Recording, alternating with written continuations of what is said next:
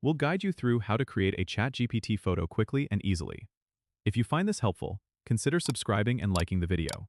First, go to the OpenAI website and make sure you're logged into your account. Once you're there, navigate to the DALL-E section, which is a tool designed for generating images from text prompts. You'll see a text box where you can type in your prompt. This is where the magic happens. Think about the image you want to create and be as descriptive as possible. For example, you can type something like, a futuristic city skyline at sunset, with flying cars and neon lights.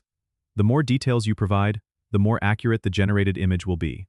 After you've entered your prompt, click on the Generate button. The AI will take a moment to process your request, and then display several image options based on your description. Scroll through the options and choose the one that best fits your vision. If none of the images are quite right, you can tweak your prompt or try a different angle to get closer to what you're imagining. Once you've found the perfect image, you can download it directly to your computer by clicking the download icon. You can use these images for various creative projects or even just to share with friends. Remember, the key to getting a great result is in how you phrase your prompt, so don't be afraid to experiment with different words and styles to see what the AI can come up with. Don't forget to subscribe and comment if this helped you out.